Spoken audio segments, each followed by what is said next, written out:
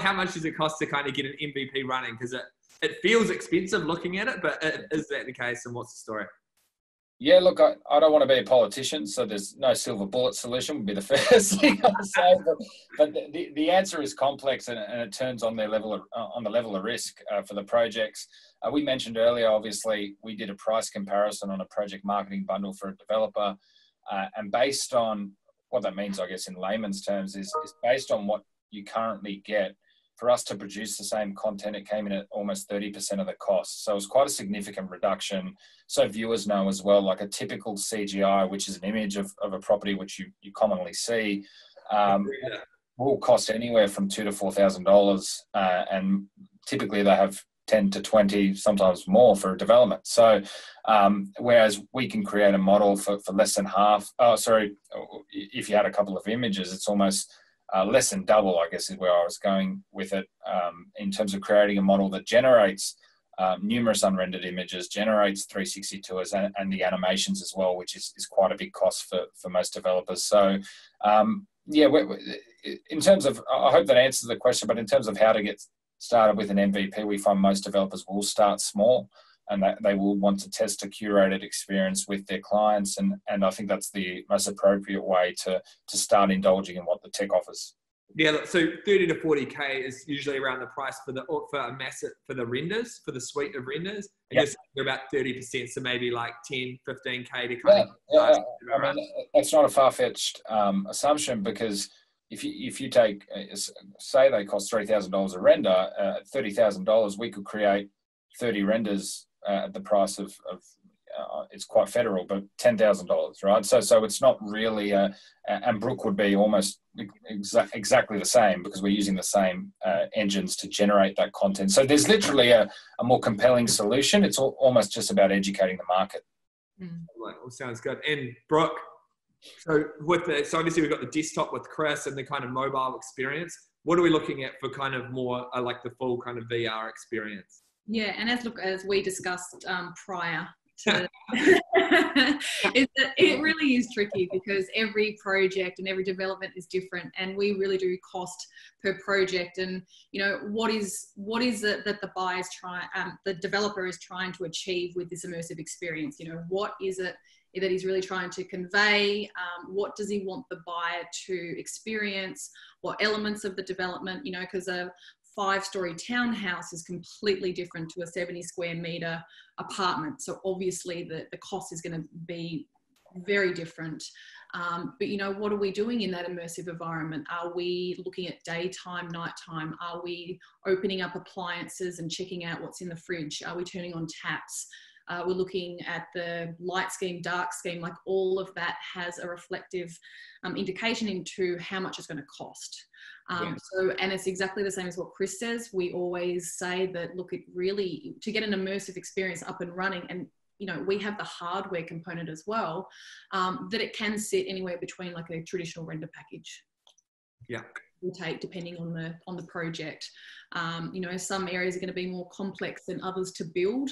So a rooftop terrace pool with interactivity, you're jumping in there and splashing water, like splashing around in the pool, is going to take a lot more build time and development time than just, you know, navigating around a simple apartment. Yeah, mate. Look, I haven't got this question, but I'm just curious. Have you found, I could imagine that the bigger developers would go towards this. I think that one of the kind of things that there's just undoubtedly an ROI on would be, you know, the gap between the consumer expectation when they're buying the property and then when they move in. And if you're a Mirvac, Lendlease, like, you know, the big kind of developers that are doing a lot of projects, the gap between your consumer expectation when they're buying off the plan and when they move in, and if there's a negative kind of association with what they expect relative to, you know, what they got, I think the virtual experiences help the consumer get closer and get a better understanding of what they're actually looking for better or for worse. Because the reality is that most developers, particularly the big brands, live and die by their reputation. And I think increasingly as you know, the democratization of information and reviews and all the rest of it comes to the fore, you know, that kind of post-move-in customer satisfaction piece and net promoter score is going to become incredibly important. And I think the virtual experiences provide a really good platform to kind of bridge that gap, meet the consumer needs for better or for worse, because sometimes it can be more costly to sell a property to someone who has got unrealistic expectations and then sandbags you online. Yeah. So I think that it's maybe a bit of both, right? But sorry, that was a long way of asking. Have you found that certain types of developments or developers like this more or are adopting it more? And we'll start with you, Brooke.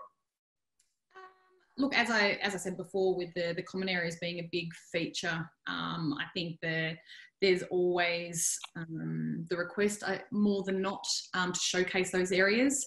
And as you were just saying, like a developer's reputation is paramount. So we have to be really mindful that our applications are in alignment to what the development from a quality perspective of what they're putting out. So, we back 5 years ago when VR was on the market, it was really SimCity. It was terrible. So it's interesting, Kristen, that you've hopped on the market 3 years and we have too, because that's when the technology and the rendering capabilities and really were at a point where we could sit on that level with the development and how it should be portrayed to the public. I think I remember when I met you, it was about 2 or 3 years ago, Brooke, and us, when you brought it into our office for us to check it out, and we were still like, despite it being SimCity, it was like, holy shit, this is pretty awesome. Yeah, complete, like worlds above. And that's the fun thing of being in our space, is that the technology that we play with, it just moves so quickly. So Julian is a mad computer gamer, and he was looking at a computer game that's taken 7 years to build, and it's coming out soon, and it's like you're watching a movie. The graphics are just insane. So we really I remember back in the day, because I haven't had the full VR experience for a while, but do you still have the kind of queasiness, or how is that kind of part of the product evolved? Chris, did you want to answer that? I can. Yeah, I'm happy to have a quick go at it, but definitely the queasiness was something that, as Brooke alluded to, was in the early iterations of VR, was the common screen door effect. So you would have the goggles on, and the idea was there, but it was something that I think a few clients in the space, a few players in the space called the uncanny valley. It's sort of, you're almost there, you're almost real, but you're still looking like Star Wars. So it's not really quite there. So it had a mixed, from our experience, it was a mixed review. Some people absolutely thrived on having the goggles and feeling the scalability of the area, and then some found it to be a dizzying experience. I dare say Brooke answered it best around the quality of the headsets. The quality of the models has improved, and it's actually not. And I'm by no means technical, but it's actually not the quality of the outputs that we're creating in the gaming engines. It's the hardware, right, that needs to keep up to it. So that's constantly evolving. It's living, and it's only getting better, to be honest. Yeah, totally. I mean, and I'm saying, like, I'm not as nearly as technical as my team, but we have been able to completely eradicate VR motion sickness in our applications, and it takes a lot of time, takes a lot of money. It's just a tracking scenario. So if you're looking at an experience, or and your brain isn't tracking at the same sort of speed, then that's where that VR motion sickness comes from. So it's completely you can completely get rid of VR motion sickness, but unfortunately there still are some cases where it's out there. And if you've ever experienced it, you never want to get in a VR experience again, because it's not like car sickness where you're kind of sick and, for 15 minutes later. With VR motion sickness, you're sick for quite some time. So we're pretty proud to say that we do not have them in our applications at all. Yeah, I think without a doubt it would have been a barrier to entry, but totally the rate of progress, I think, within this ecosystem, there's just no doubt that I can imagine it's all gone now.